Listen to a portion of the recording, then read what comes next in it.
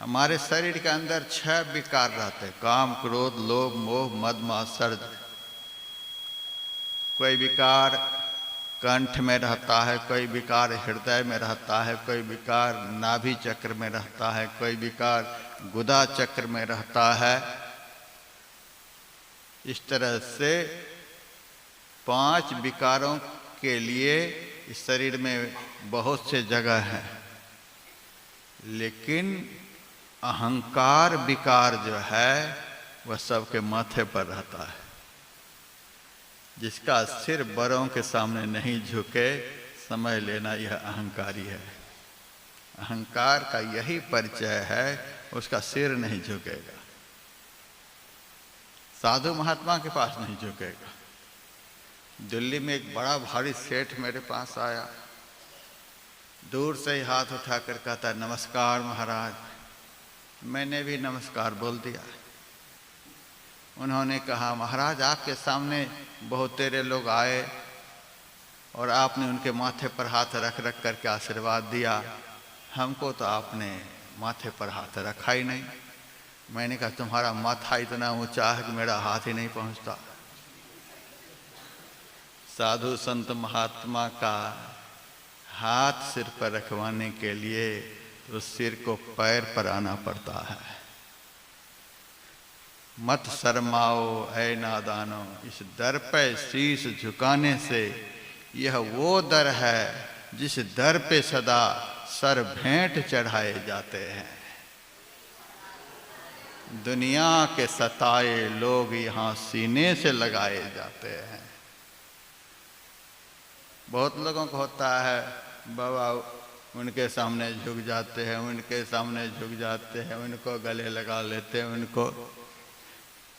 हम पहलवानी करने के लिए महात्मा बने हैं, समाज को टुकड़ा टुकड़ा करने के लिए महात्मा बने हैं। हमारे शरीर के टुकड़े टुकड़े हो जाने पर भी यदि हमारा समाज एक हो जाए तो हम उसके लिए महात्मा बने हैं।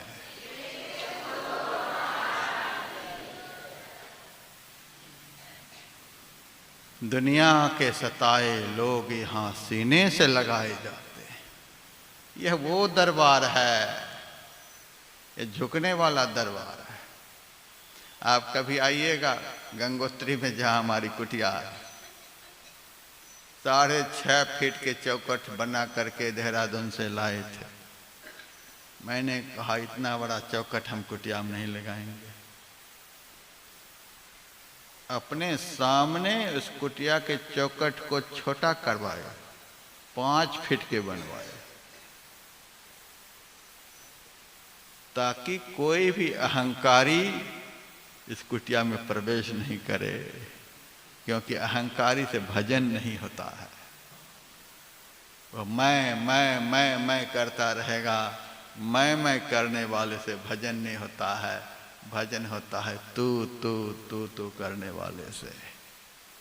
तन भी तेरा, मन भी तेरा, तेरा पिंड प्राण सब कुछ तेरा, तू है मेरा, यह दादू का ज्ञान है। ऐसे से भजन बनता है। चौखट छोटी करो। दिल्ली से लोग आते हैं, खट से माथे में लगता है। हैदराबाद से आते हैं, खट से माथे में लगता है। बिहार वाले का तो खटाखट करता है। चोट पर चोट पड़ती है, कभी कभी माथे फूट भी जाते हैं। बाबा कैसी कुटिया बनाए। मैंने कहा, अहंकारियों को दंड देने के लिए कुटिया है।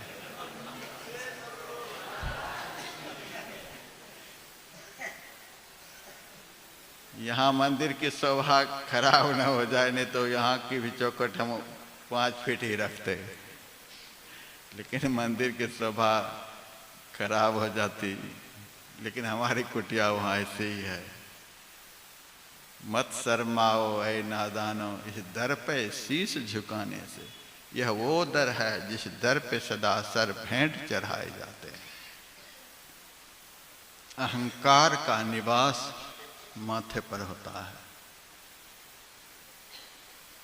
और जिसके माथे पर अहंकार होगा वह झुकेगा नहीं।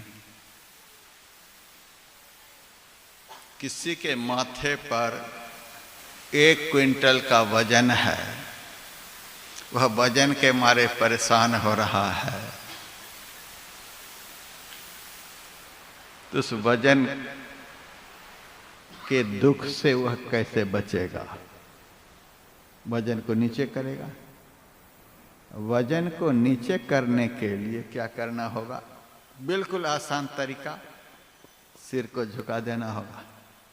सिर के झुकते ही सिर पर का वजन नीचे हो जाता है।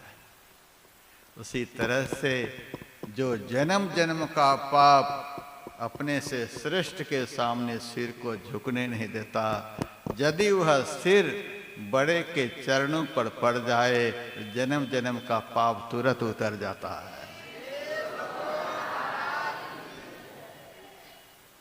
नलकुबर और मणिग्रीव कुबेर के पुत्र थे। उन्होंने देवर्षि नारद का सम्मान नहीं किया। नारद जी ने उनको शाप दे दिया, जा वृक्ष हो जा। वृक्ष ही खड़ा रहता है, बिना फल का वृक्ष खड़ा रहता है, सीधा रहता है, तो वृक्ष हो जा। अब दिमाग ठिकाने आ गया, नारद जी के चरणों पर पड़ा। जब अहंकार से भरा हुआ था कि मैं कुबेर का बेटा, तो शाप मिल गया, वृक्ष होने का शाप मिल गया, जड़ बना दिया।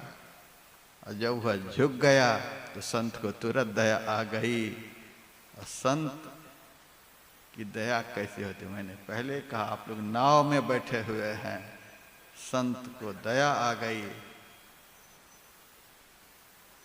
महाराज अब क्षमा करें, बड़ा अपराध हो गया। संत ने कहा, तुरंत क्षमा कर दूंगा तो फिर तो उसी सिस्टम में आ जाएगा, इसलिए थोड़ा समय लगाऊंगा। क्षमा तो कर दिया, लेकिन समय लगाऊंगा। अभी त्रेता युग चल रहा है, द्वापर युग में तुम्हारा यह अपराध समाप्त होगा, समय लगेगा। जब जिस संत के चरण पर तुम्हारा माथा अभी आया है, इस चरण के प्रभाव से जब भगवंत के चरण का स्पर्श तुम्हारे से होगा, तब तुम्हारा कल्याण हो जाएगा। संत के चरण से भगवंत के चरण प्राप्त होते हैं, और भगवंत के चरण से जीव का कल्याण हो जाता है, जीव का उद्धार हो जाता है। ऐसा आशीर्वाद तुरंत दे दिया। और वही कुबेर का बेटा बन गया यमलार्जुन वृक्ष, यमुना के तट पर वृक्ष बनकर खड़ा हो गया। जड़ तो एक थी, लेकिन ऊपर शाखा 2 निकली हुई थी। बाल लीला करते हुए भगवान श्री कृष्ण, देखिए भगवान को कितनी याद है, संत के वचनों की कितनी याद भगवंत को रहती है। इस संत ने इस वृक्ष को आशीर्वाद दिया है, तुम्हें भगवंत के चरण प्राप्त होंगे। संत के आशीर्वाद इन्हें प्राप्त है। बहुत दिनों से यह दुखी हो रहा है। संत के वचन को सिद्ध करने के लिए द्वापर में कृष्ण का अवतार हुआ, और भगवान बाल लीला करते हुए यशोदा मैया ने भगवान के शरीर को उखल में बांध दी थी। उस उखल को घसीटते घसीटते घसीटते भगवान आ गए उस पेड़ के पास।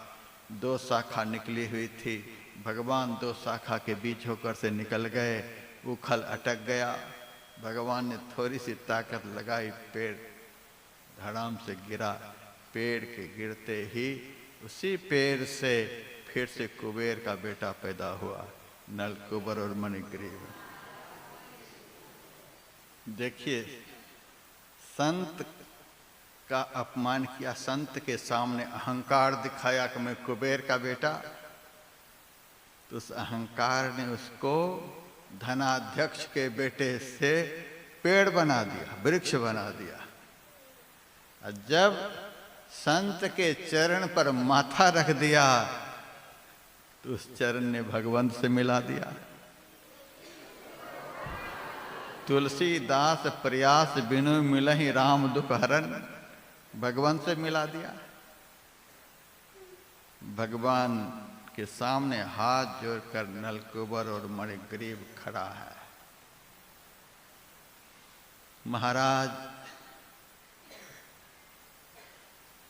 अब आप मेरे पर दया करें। भगवान ने कहा जिनके ऊपर संत की दया हो गई अब उनको किसी की दया की जरूरत नहीं, उनका तो कल्याण उसी समय हो गया। अब मेरे से तुम कुछ मांगो।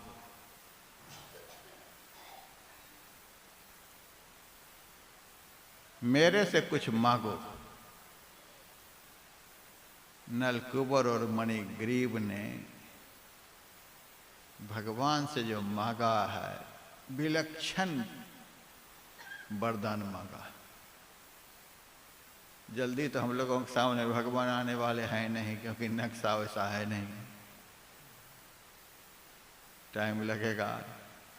यदि कभी आ जाए और मांगने के लिए कहे तो उन्होंने जो मांगा वही हम लोगों को मांग लेना चाहिए। इधर उधर मांगने से बड़ा भारी खतरा है, मांगने में बड़ा भारी खतरा है। संत के संग से जो ज्ञान होता है, जो विद्या प्राप्त होती है, उस ज्ञान और उस विद्या से आप मांगेंगे तो आप खतरा से बच जाएंगे। मांगा क्या? वाणी गुणान कथने श्रवणो कथायाम हस्तौज कर्मसु मनस्तव पादयोर्न स्मृत्यांग शिरस्तव निवास जगत प्रणामे दृष्टि सतांग दर्शनस्तु भवत्तनूनाम। हे प्रभु, आप मुझे कुछ देना चाहते हो तो वरदान में यह दो, इस मुंह से कोई शब्द निकले तो आपके संबंध में निकले, इस मुंह से केवल आपकी चर्चा। ईमानदारी से बताइए, इस मुंह को किसी वैज्ञानिक ने दिया है? किसी देवी देवता का दिया हुआ यह मुंह है? ईमानदारी से इतना दिन सत्संग सुने हैं, परमात्मा ने यह मुंह दिया है। मुंह ऐसी चीज कौन दे सकते हैं? इतना उपकार हमारे जीवन में परमात्मा का है, यदि 1 करोड़ भी मुंह हो जाए तो भी उनके उपकार का वर्णन नहीं कर पाएंगे। कोटि मुख कही जातन प्रभु के एक एक उपकार, इतना उपकार परमात्मा का हमारे जीवन में है।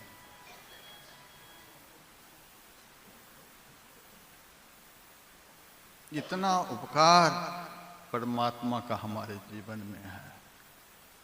हमारे पास तो एक ही मुंह है, 2400 घंटे जब तक शरीर में प्राण रहे तो भी उपकार का बयान करते रहेंगे। उपकार के बयान करने को ही स्तुति कहते हैं। किसी के किए हुए उपकार को हम बयान करते रहें, इसी को स्तुति कहते हैं। वाणी गुणानुकथने, जिन्होंने हमें यह मुंह दिया, जिन्होंने हमें इस मुंह में बोलने की ताकत दी। धर्म तो कहता है यदि इस मुंह से शब्द निकले तो केवल उन्हीं के विषय में निकले। कथयंतश्च मांग नित्यं तुष्यन्त च रमन्ति च। आपस में चर्चा हो, आपस में वार्ता हो तो केवल उन्हीं के विषय में।